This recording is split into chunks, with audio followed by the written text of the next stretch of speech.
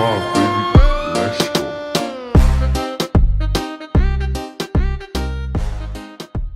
Hi students, welcome to Veteach. In the previous classes, we have discussed the M-1 syllabus and we also discussed the model paper.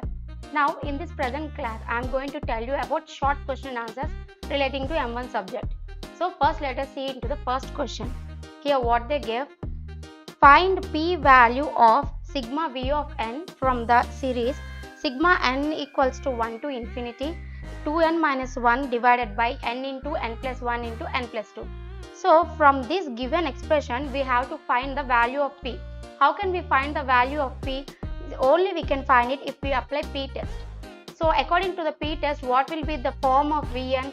That is, v is equals to 1 by n power p.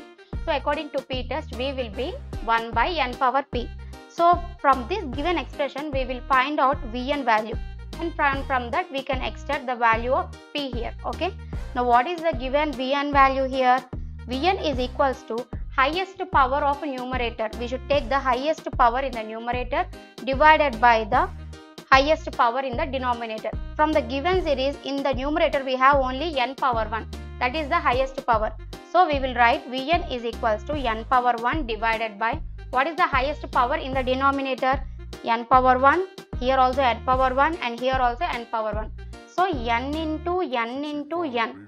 So what we will get, 1n and 1n will get cancelled and the answer remaining is 1 by n square. So we got Vn of the form of 1 by n power p, that is equals to 1 by n square. Here by comparing, what can we say? P is equals to 2. So by according to p-test, we got that p value is equals to 2. So that's what they asked in the question, find the value of p. So p is equals to 2. That's it, very simple. First convert the series into the form of Vn, that is highest power in the numerator divided by highest power in the denominator. Then we will get it in the form of 1 by n power p and compare the p value and you will get the final p result.